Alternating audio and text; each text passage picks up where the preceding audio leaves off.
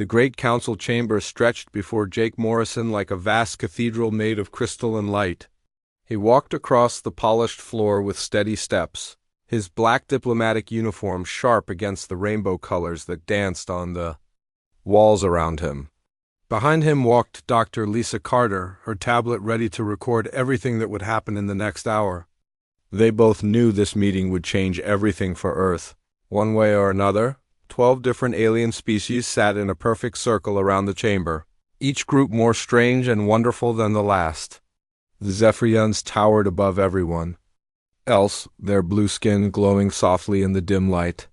Their long arms moved with grace as they whispered to each other in voices that sounded like wind through trees. Next to them sat the crystalline collective, beings made of living rock and gem that sparkled when they spoke.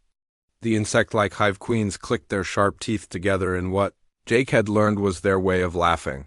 High Chancellor Vexstar of the Zephyrians stood up slowly, his 7-foot frame casting a long shadow across the floor, his 4 eyes focused on Jake with the kind of look a teacher might give a small child who had asked a very silly question.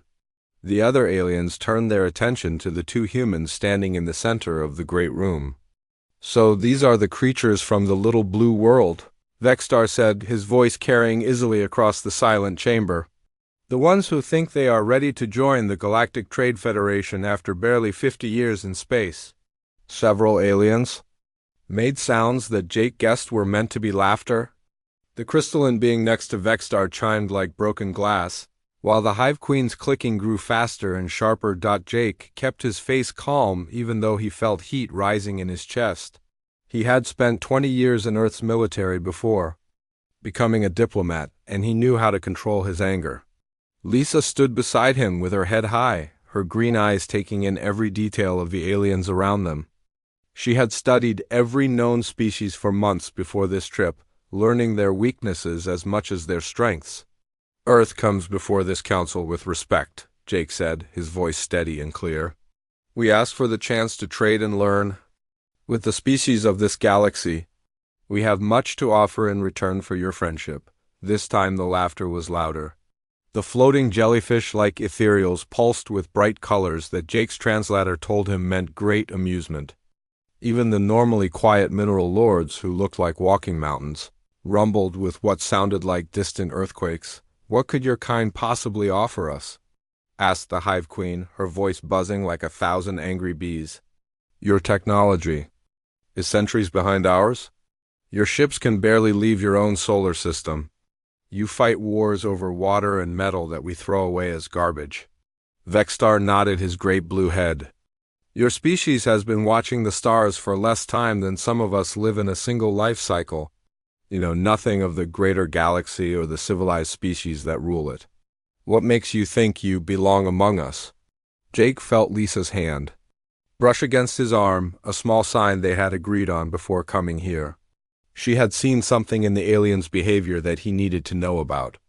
He glanced at her tablet and saw that she was recording not just words but also body language, breathing patterns, and the small movements that showed what each species was really thinking. "We may be young as a spacefaring people," Jake replied, "but Earth has learned many things that might surprise you. We have survived wars, disasters, and challenges that have made us strong. We do not ask to be given anything we have not earned." The chamber fell quiet for a moment. Jake could feel the weight of 12 different species studying him and Lisa like they were insects under a microscope. He knew that this moment would decide whether Earth would be welcomed into the galactic community or sent home to wait another 100 years. Vexstar's 4 eyes narrowed as he looked down at the 2 humans. "Your world is nothing but a backwater planet full of violent primitives who cannot even agree among themselves. You wage war over small pieces of land while we build cities between the stars. You live for such a short time that you can barely learn anything before you die. Why should we waste our time with such limited creatures?" The vote came quickly after that. Each species announced their decision with ceremony that Jake found beautiful despite the pain of rejection. The Zephyrians voted no with a wave of their long arms. The crystalline collective chimed their refusal in notes that sounded like a funeral song. One by one, All 12 species rejected Earth's request to join the Galactic Trade Federation. As Jake and Lisa prepared to leave the Great Chamber, Jake's enhanced hearing picked up whispered conversations between the alien delegates. The words he heard made his blood run cold. The Council had not just rejected Earth's application. They had decided that humanity was a threat that needed to be watched and controlled. Some species were already talking about ways to make sure Earth never developed beyond its current level. Jake and Lisa walked back across the crystal floor with the same steady pace they had used when entering. But now they both knew that Earth's real fight was just beginning. The galaxy had shown its true face to humanity, and soon humanity would show its true face to the galaxy. 6 months had passed since the humiliation at the Galactic Council when the message arrived at Earth Defense Command. Captain Alex Turner read the transmission 3 times before he believed what he was seeing. The Triadic Empire, known throughout the galaxy for their warrior culture and sense of honor, was inviting Earth to participate in joint military exercises in the Kepler 442 system. Alex sat in his office overlooking the lunar shipyards, where Earth's small but growing fleet was being built. Through the reinforced windows, he could see the AS Defiance, the newest frigate in Earth's defense fleet. She was not large compared to the massive ships that other species built, but every system on board had been designed by engineers who understood that space combat was not a game. The invitation seemed generous on the surface. The Triadic War Master Kethfer wrote about friendship between warriors and the chance for Earth to prove itself in small-scale combat scenarios. But Alex had not survived 15 years of military service by taking anything at face value. He called for his senior staff to meet in the secure briefing room. Commander Beth Parker arrived first, her tactical mind already working on the problem before Alex had finished explaining the situation. She had spent her entire adult life studying space combat, and she could see the trap as clearly as if it were marked on a star chart. Chief Engineer Ryan Walsh came next, his scarred hands showing the years he had spent fixing things that should not have been fixable. He understood that real combat was about making broken systems work when everything else had failed. Dr. Helen Brooks entered the room carrying her psychological profiles of known alien species. As the ship's doctor and counselor, she knew that the minds of the crew would be tested as much as their weapons and shields. Finally, Sergeant Carlos Mendez joined them, his Marine's patch visible on his shoulder. He had fought in Earth's last major conflict and knew what it meant when someone offered you a fair fight. "They want to humiliate us," Beth said without waiting for Alex to ask her opinion. 12 triadic dreadnoughts against our single frigate. Broadcast across the galaxy so everyone can watch Earth get crushed. Ryan nodded his agreement. The power difference is massive. Each of their ships carries more firepower than our entire lunar defense grid. They are not planning a military exercise. They are planning an execution? Alex pulled up the intelligence reports that had been filtering in through Earth's small network of sympathetic contacts. The picture they painted was worse than he had feared. The Triadic fleet consisted of 12 ships, each one capable of destroying a planet's surface. More troubling was the list of species that had requested permission to observe the exercises. 47 star systems would be watching, and many had placed bets on how quickly the human ship would surrender. "This is not just about defeating us," Dr. Brooks said, her voice quiet but firm. "This is about breaking humanity's spirit in front of the entire galaxy. They want to prove that we are not worthy of respect or fear." Sergeant Mendez leaned forward in his chair. "What they do not understand is that we have been fighting impossible battles our entire history. Every war Earth has ever fought was between humans who knew how to kill other humans. We learned tactics from enemies who thought like us and wanted to survive just as much as we did." Alex made his decision. "We are going to accept their invitation, but we are not going to give them the show they expect." He looked around the table at his senior staff. "We are going to teach the galaxy something about Earth that they do not know yet." The preparations took 3 weeks. Every system on the Defiance was tested and retested. The crew of 200 volunteers knew exactly what they were walking into, but not one of them asked to be transferred to a safer assignment. They had all grown up hearing stories about their homeworld's rejection by the Galactic Council, and they wanted the chance to show what Earth could really do. Beth spent her time developing tactical plans for scenarios that seemed impossible to win, but she had studied every battle in human history where small forces had defeated larger ones, and she understood that the key was never to fight the battle your enemy expected. Ryan worked day and night to modify the ship's systems in ways that would surprise anyone who thought they understood human technology. Dr. Brooks prepared psychological profiles of their triadic opponents. The warrior species fought with honor and tradition, following rules of combat that had been established over thousands of years. They had never faced an enemy that viewed survival as the only rule that mattered. Carlos trained his Marines in boarding techniques that would work against aliens who had never experienced the kind of close combat that humans had perfected against each other. Intelligence reports continued to arrive as the date of the exercises approached. The Triadic Empire had issued formal invitations to military observers from 8 different species. What was supposed to be a simple training exercise had become the largest gathering of alien military forces in recent history. Every major power in the galaxy would have representatives watching the Defiance face impossible odds. Alex realized that the aliens had made a critical mistake. They thought they were studying humanity's military capabilities, but they had no idea what they were actually going to see. The galaxy had spent decades dismissing Earth as a primitive backwater, and they were about to discover how wrong they had been. The night before departure, Alex walked through the Defiance one final time. In the engineering section, Ryan was making last-minute adjustments to systems that should not have been able to work together. In the tactical center, Beth was running final simulations of scenarios that broke every rule of civilized warfare. In the medical bay, Dr. Brooks was preparing treatments for injuries that might occur during combat that was supposed to be safe. In the Marine barracks, Carlos was giving his final briefing to soldiers who looked forward to showing alien warriors what Earth had learned during thousands of years of fighting itself. They carried weapons designed not for honor or tradition, but for the simple purpose of making sure the other side stopped fighting permanently. As the Defiance left Earth orbit and set course for Kepler 442, Alex knew that humanity was about to reveal its true nature to a galaxy that had no idea what was coming. The aliens thought they were watching a primitive species take its first steps into real combat. They were actually about to witness the arrival of the galaxy's apex predator. The Defiance dropped out of hyperspace at the edge of the Kepler 442 system and immediately found itself surrounded by more ships than Alex had ever seen in one place. 12 massive triadic dreadnoughts hung in perfect formation like ancient monuments to the art of war.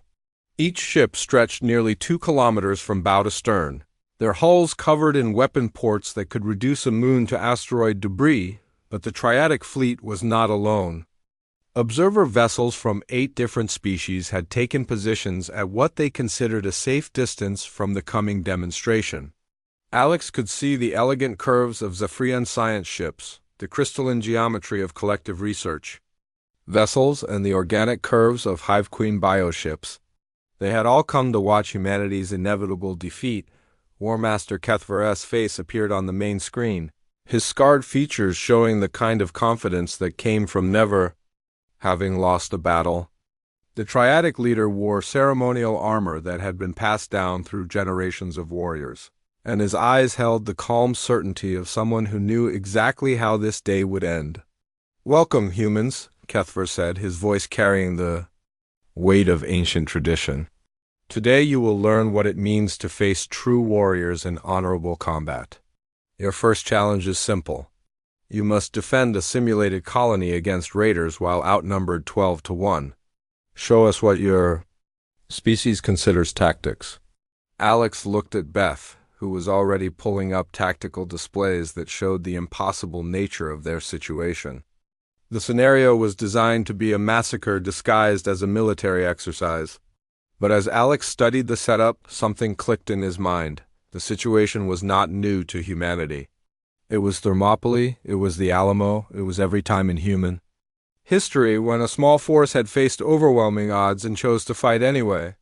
They have no idea what they just asked for, Beth whispered, her fingers dancing across her control panel as she began implementing tactics that no civilized species would ever consider. This is not a military exercise. This is every last stand in human history rolled into one. The Defiance moved toward the simulated colony, a collection of sensor buoys arranged to represent civilian targets that needed protection, the Triadic. Ships began their approach in perfect formation, their movements as precise and predictable as a dance that had been performed for centuries. They expected the human ship to take a defensive position and die bravely while the galaxy watched. Instead, the Defiance did something that made every observer's ship's sensors spike with confusion. Beth had programmed the ship to move in patterns that seemed random but were actually based on combat data from thousands of human conflicts. The ship twisted and spun through space like a fighter pilot in atmosphere, using the colony's structures as cover in ways that violated every principle of honorable space combat. Ryan had modified the ship's power systems to create brief bursts of energy that turned their modest weapons into something far more dangerous. When the first Triadic ship moved within range, the Defiance hit it with a concentrated burst that punched through shields designed to stop conventional attacks. The alien ship's damage reports showed hull breaches in areas that should have been impossible to target. How did they achieve that power output? Came a transmission from one of the Zephyrian observer ships? Their reactor specifications should not allow for those energy levels. What the aliens did not understand was that human engineers built everything to work beyond its rated capacity. Every system on the Defiance had been designed to be pushed past its limits when survival was at stake. Ryan was feeding power through circuits that should have burned out, creating weapon bursts that turned their frigate into something that hit like a battleship. The Triadic formation began to break apart as the human ship continued its impossible dance through space. Kethver's confident expression was slowly being replaced by confusion as his warriors found themselves unable to predict the Defiance's movements. The human ship was not following any tactical doctrine they had ever seen. Carlos and his Marines were preparing for the next phase of Beth's plan, something that would shock the observing species even more than the ship combat. The Defiance moved close enough to one of the damaged Triadic vessels to launch boarding pods, small craft that carried human soldiers into direct combat with alien warriors. The boarding action was transmitted across the galaxy, and what the observers saw made them recalculate everything they thought they knew about humanity. The Marines did not fight with honor or tradition. They fought with a creativity and viciousness that came from evolving on a world where violence was a science that every child learned by watching history. Documentaries. Carlos led his troops through the Triadic ship's corridors using tactics that had been developed in the trenches of Earth's worst wars. They did not announce their presence or challenge their enemies to fair combat. They used every advantage they could find, turning the ship's own systems against its crew and fighting in ways that left the honor-bound Triadic warriors paralyzed with shock. Dr. Brooks was monitoring communications from the observer ships, and what she heard confirmed her worst fears about humanity's reputation. The aliens were not just surprised by human tactics. They were terrified. Species that had achieved spaceflight through cooperation and peaceful development were watching the product of a world where evolution meant endless competition. The humans are not fighting desperately, came a transmission from the crystalline Collective's observer ship. Our analysis indicates they are hunting. This behavior suggests a species that has never known true peace. The first exercise ended with the Defiance not only successfully defending the simulated colony but actually capturing 2 Triadic vessels. Kethver's face on the main screen showed the kind of expression a master chess player might have when beaten by someone who had just learned the rules. Impressive, the War Master said, though his voice carried undertones that Alex's translator marked as deep unease. Perhaps the next scenario will provide a more accurate assessment of your capabilities. But Alex could see in the alien commander's eyes that something fundamental had changed.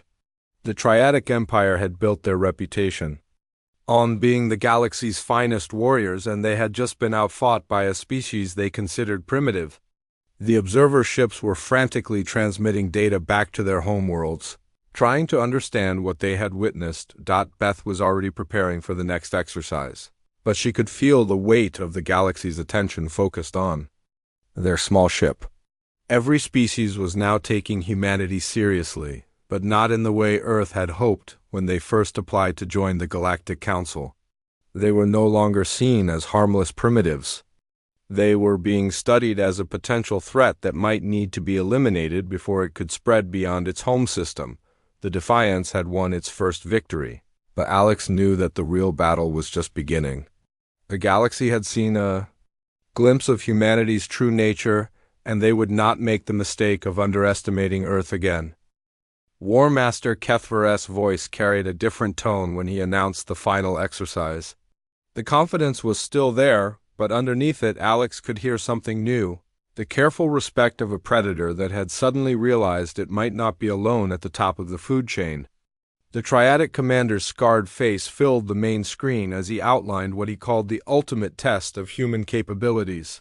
"Your final challenge will be live combat," Kethver declared, his ceremonial armor catching the light from nearby stars. The Defiance will navigate through the Broken Crown asteroid field while all 12 ships of my fleet hunt you with reduced power weapons.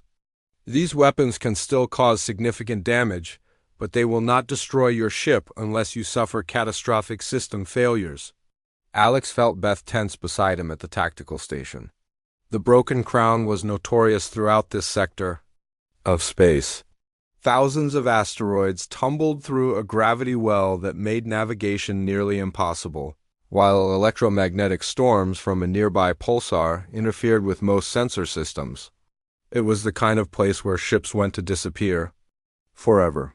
The exercise will continue until your ship surrenders or becomes unable to maneuver, Kethver continued.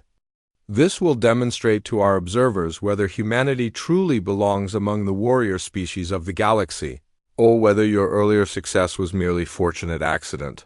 Ryan's fingers moved across his engineering controls as he began preparations. That would have seemed impossible to any alien observer. The chief engineer had spent weeks modifying the Defiance's systems for exactly this kind of scenario, turning their small frigate into something that could fight like a ship 3 times its size for brief periods when everything worked perfectly. "They think they are sending us into a trap?" Beth said quietly, her voice carrying the kind of calm that came before a storm. "What they do not realize is that humans wrote the book on turning traps into ambush." The Defiance entered the asteroid field with all 12 Triadic dreadnoughts in pursuit, their massive forms moving through space with the coordinated precision of a Wolfpack. The observer ships took positions at the edge of the field, their sensors focused on what they expected to be humanity's final humiliation before the watching galaxy. What happened next would be studied in military academies across 47 star systems for generations to come. The Defiance did not run through the asteroid field like prey fleeing from hunters. Instead, Beth used the tumbling rocks and electromagnetic interference to turn the ship into something that seemed to be everywhere and nowhere at once. The first Triadic ship to enter the field found itself facing an opponent that had somehow appeared directly above it, using a massive asteroid as cover until the last possible moment. The Defiance's weapons, boosted by Ryan's impossible power modifications, tore through the dreadnought's shields like they were made of paper. Before the alien ship could respond, the human frigate had vanished back into the swirling chaos of space debris. "Impossible," came a transmission from the Zephyrian observer ship. "Our calculations show that level of maneuverability should tear their ship apart from gravitational stress." What the aliens could not understand was that every system on the Defiance had been built by engineers who assumed their ship would be fighting for its life against impossible odds. Human technology was not elegant or efficient like alien designs. It was crude and brutal and designed to keep working when everything else had failed. The Triadic fleet began to spread out through the asteroid field, trying to use their numerical advantage to corner the elusive human ship. But Beth had studied the tactical doctrine of every species in the galaxy, and she knew that the Triadic Empire fought like honorable warriors who expected their enemies to do the same. They had no experience dealing with opponents who viewed survival as the only rule that mattered. Carlos and his Marines launched another boarding action that shocked the observer ships into complete silence. Using small assault craft that could barely be detected among the space debris, they attacked a Triadic dreadnought from 6 different directions at once. The Marines did not fight to capture the ship or defeat its crew in honorable combat. They systematically destroyed critical systems and withdrew before the aliens could mount an effective response. "The humans are not following any known tactical doctrine," reported the Hive Queen observer. "They appear to be treating this military exercise as actual warfare to the death." Dr. Brooks was monitoring the psychological impact of the battle on both sides, and what she saw confirmed her worst fears about humanity's place in the galaxy. The Triadic warriors, who had built their entire culture around honorable combat, were being systematically broken by opponents who fought without honor, tradition, or mercy.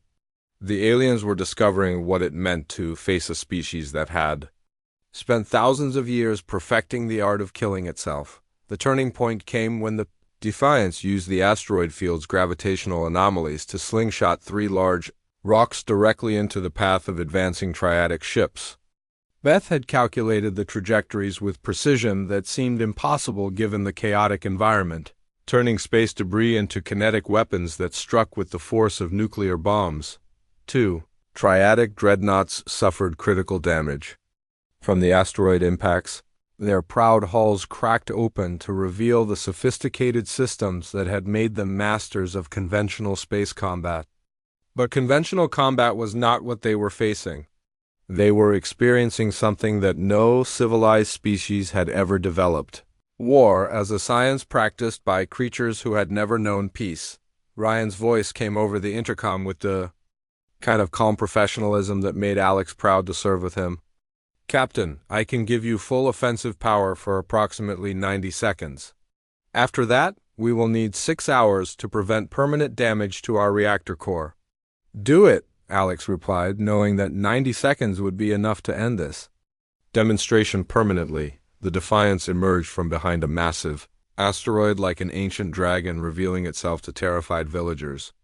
Every weapon system was powered beyond safe limits. Every shield generator was running at maximum capacity, and every crew member was performing their duties with the kind of focused intensity that came from knowing their homeworld's future depended on the next few minutes. The concentrated firepower that erupted from the small human frigate was beyond anything the observer ships had calculated as possible. 3 Triadic dreadnoughts found themselves facing weapons that should not have existed on a ship that size, fired by targeting systems that seemed to predict their movements before they made them. Kethver's face appeared on the main screen one final time, but the confident warrior was gone. In his place was someone who had just realized that his species' entire understanding of warfare was obsolete. "We surrender," he said. The words carrying the weight of a civilization's shattered assumptions about its place in the universe. Alex looked around the bridge at his crew, seeing the same realization in their eyes that he felt in his own heart. The Defiance had not just won a military exercise. They had announced to the galaxy that humanity was no longer asking for permission to join the galactic community.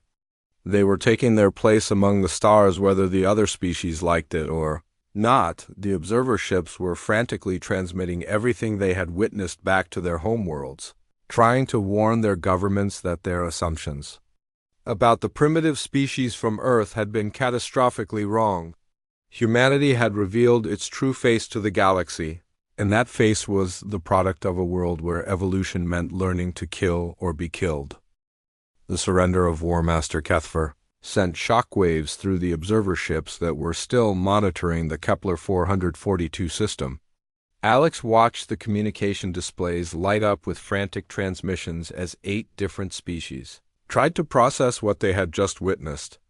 The proud Triadic fleet, masters of honorable combat for over 1,000 years, had been systematically dismantled by a single human frigate, but Alex knew that surrender was not enough.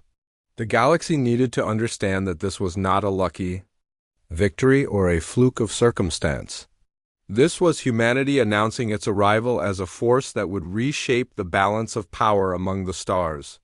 He opened communications to all ships in the system, knowing that his next words would be transmitted across 47 star systems within hours. War Master Kethfer, we appreciate your offer of surrender, but we must respectfully decline, Alex said, his voice carrying across space to every observer in the system. You invited us here to demonstrate Earth's capabilities. We are not finished with that demonstration. The silence that followed was profound.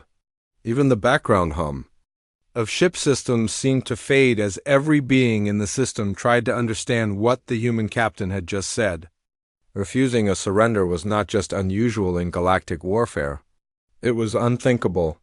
Civilized species had spent millennia developing rules of combat that prevented unnecessary destruction and preserved the honor of defeated opponents. Beth looked at Alex with eyes that showed she understood exactly what they were doing. They were not just winning a battle. They were teaching the galaxy that humanity played by different rules. Rules written by a species that had learned survival in an environment where mercy was often another word for death. Resume combat operations, Alex ordered, his words transmitted on open channels so every observer could hear them. Show them what Earth considers a complete victory. The Defiance began moving through the asteroid field with purpose that made the observer ships recalculate their understanding of human psychology. The ship was not hunting for glory or honor.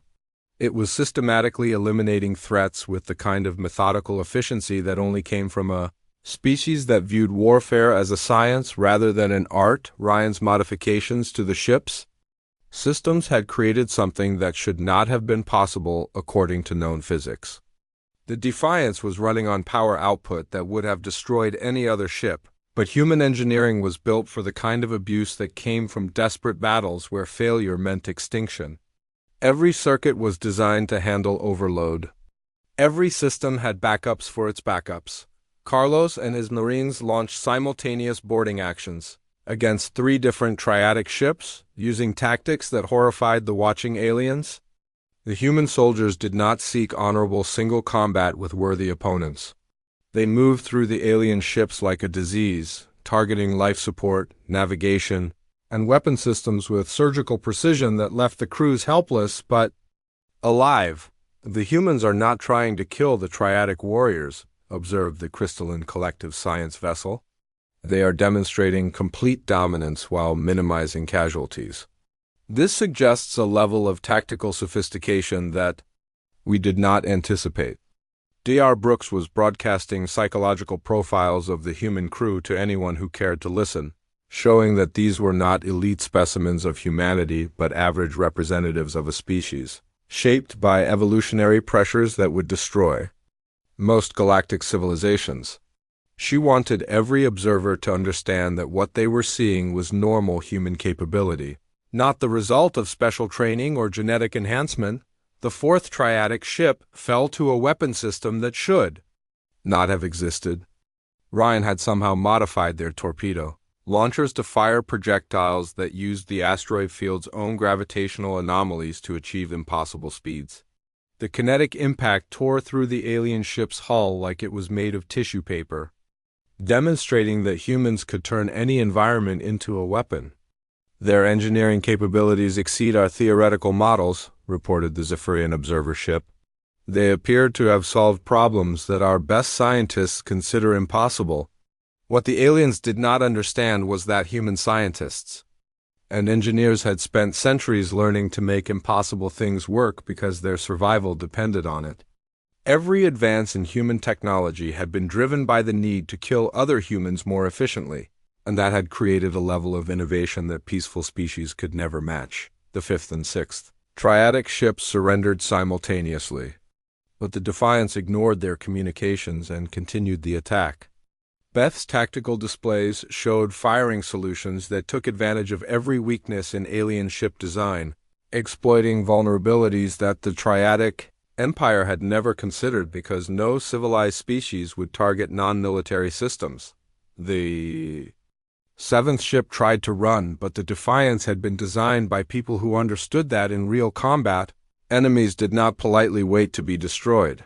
The human frigate pursued the fleeing dreadnought through the asteroid field with relentless efficiency, using the chaotic environment to mask approaches that seemed to violate the laws of physics. How are they maintaining that pursuit vector? Demanded the Hive Queen observer. The gravitational stresses should have torn their ship apart 3 times over. The answer lay in human engineering philosophy that was alien to species that had developed technology through peaceful cooperation. Every system on the Defiance was built to function far beyond its rated capacity because human engineers assumed their creations would be used in desperate situations where normal parameters meant death. By the time the 8th triadic ship fell to a boarding action that lasted less than 10 minutes, the observer ships were transmitting emergency warnings to their home governments. What they had witnessed was not a military exercise or a demonstration of tactical skill. It was a preview of what humanity could do to any species that chose to make Earth an enemy. The 9th and 10th ships went down to weapon fire that concentrated decades of human innovation into brief moments of devastating efficiency. The Defiance was not just fighting. It was teaching the galaxy a lesson about the difference between species that had achieved spaceflight through peace and species that had earned it through endless conflict. War Master Kethver's flagship, the pride of the Triadic fleet, found itself alone among the asteroids, facing an opponent that had systematically destroyed 11 ships without suffering significant damage. The alien commander's face appeared on the main screen one final time, but the warrior's pride was gone. In its place was the hollow expression of someone whose entire worldview had been shattered. "What are you?" Kethver asked, his voice barely above a whisper. Alex looked directly into the alien commander's eyes, knowing that his answer would be transmitted across the galaxy within hours. "We are what happens when a species spends 50,000 years learning to kill itself and decides to look at the stars instead." The 12th and final Triadic ship surrendered without firing another shot, its crew broken not by superior firepower, but by the realization that they had been fighting opponents who understood warfare on a level that their civilization had never imagined. The observer ships watched in stunned silence as the Defiance moved through the debris field, systematically disabling the weapons and engines of every enemy vessel. The demonstration was complete. Humanity had shown the galaxy its true face, and that face was the product of a world where survival meant learning to be the most dangerous thing in any environment. The Defiance had not just won a battle. It had announced the arrival of a species that would change the rules of galactic civilization forever. The emergency session of the Galactic Council convened within hours of receiving the reports from Kepler 442. Representatives from every major species filled the great crystal chamber where humanity had been rejected just months before, but the atmosphere was completely different now. Where there had once been amusement and dismissive laughter, there was now the kind of tense silence that preceded declarations of war. "Hi." Chancellor Vextar stood before the assembled delegates, his blue skin pale with what humans would have recognized as fear. The recordings from the observer ships played on massive screens around the chamber, showing the systematic destruction of the Triadic fleet by a single human frigate. Every species watched in horrified fascination as their assumptions about galactic military power were torn apart. "The reports are confirmed," Vextar announced, his voice lacking its previous arrogance. "The humans have demonstrated capabilities that exceed our worst projections. Their single ship defeated 12 Triadic dreadnoughts using tactics and technology that our best analysts cannot fully explain." Ambassador Jake Morrison entered the chamber with the same steady pace he had used during humanity's first appearance before the Council. But this time he was not a dismissed petitioner hoping for acceptance. He was the representative of a species that had just announced its arrival as a galactic power whether the other species wanted it or not. Behind Jake walked Dr. Lisa Carter, her tablet filled with data that would reshape diplomatic relationships across the galaxy. She had spent months analyzing the psychological profiles of every species in the Council, and she knew exactly which ones could be convinced to work with humanity and which ones would choose the path of war. Members of the Galactic Council. Jake began, his voice carrying easily across the silent chamber. Earth returns to address the issues raised during our previous meeting. We believe recent events have provided new information that may be relevant to your decision-making process. The Crystalline Collective's representative chimed with harmonics that translated as barely controlled panic. Your species has violated every principle of civilized warfare. The Triadic Empire offered honorable surrender, and you continued the attack until their entire fleet was disabled.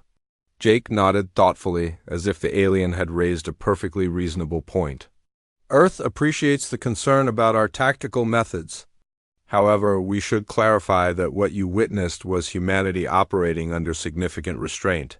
The Defiance could have destroyed every ship in that system, but we chose to demonstrate control rather than pure destructive capability. The silence that followed was deafening. Every delegate in the chamber understood the implication of Jake's words. If what they had witnessed was humanity showing restraint, then Earth possessed military capabilities that dwarfed anything previously known in the galaxy. The Ethereal Communion spokesperson pulsed with colors that indicated deep distress. Your species treats warfare as if it were a science rather than a regrettable necessity. This suggests a level of systematic violence that civilized species have not encountered before. That is a fair assessment, Jake replied. Earth has indeed spent considerable time perfecting the science of warfare. When your species achieved spaceflight through cooperation and shared resources, humanity was still fighting wars over territory that other species would consider worthless. This has given us certain advantages in situations that require tactical thinking. High Chancellor Vexstar stepped forward, his 4 eyes focused on the human ambassador with the intensity of someone trying to solve an impossible puzzle. What does your species want from the galaxy? Are you here to conquer us all, or do you seek something else? Jake's answer would echo through diplomatic channels across 47 star systems for decades to come. Earth has never sought to conquer the galaxy. We lack the population and industrial capacity for such an undertaking, and frankly, managing multiple star systems seems like more work than it is worth. What we want is simple: the right to exist and trade as equals among the species of this galaxy. The Hive Queen's representative clicked her mandibles in what might have been thoughtful consideration. And if species choose not to treat humanity as equals, what then? Then those species will discover why Earth invested so heavily in perfecting the science of warfare, Jake replied. We offer friendship to those who want it, profitable trade relationships to those who prefer commerce, and complete destruction to those who choose war. The choice belongs to each species individually. The vote that followed split the Council in ways that would reshape galactic politics for generations. 7 species immediately voted to grant Earth full membership in the Galactic Trade Federation, understanding that humanity's demonstrated capabilities made them valuable allies.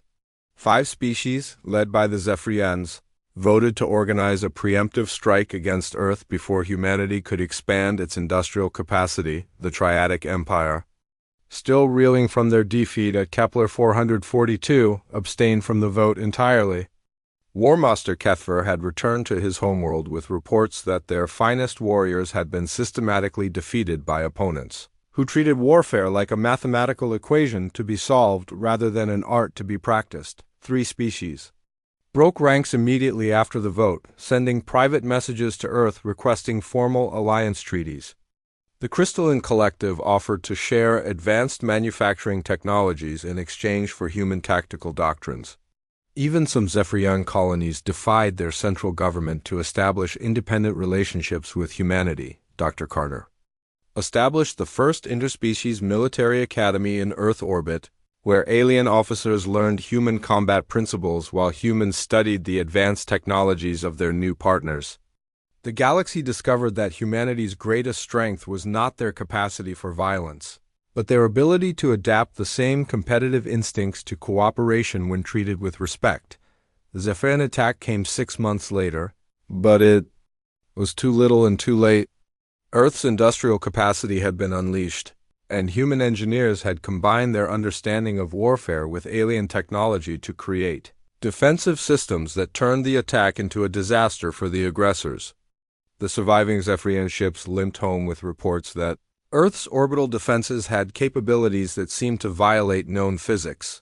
2 years after the Kepler 442 demonstration, the reformed Galactic Council met in permanent session above. Earth, the species that had once mocked humanity's primitive nature, now depended on human protection from threats emerging from the galaxy's unexplored regions. Pirates, rogue AI systems, and hostile species from beyond the galactic rim all learned to fear the growing human defense fleet. Ambassador Morrison addressed the council from the same chamber where Earth had been rejected, but now he spoke as the representative of the galaxy's protectors rather than its petitioners. The transformation was complete. Humanity had gone from dismissed primitives to indispensable guardians of galactic civilization. As Jake concluded his speech about humanity's new role in galactic affairs, he reflected on the journey from humiliation to leadership. Earth had never wanted to conquer the stars.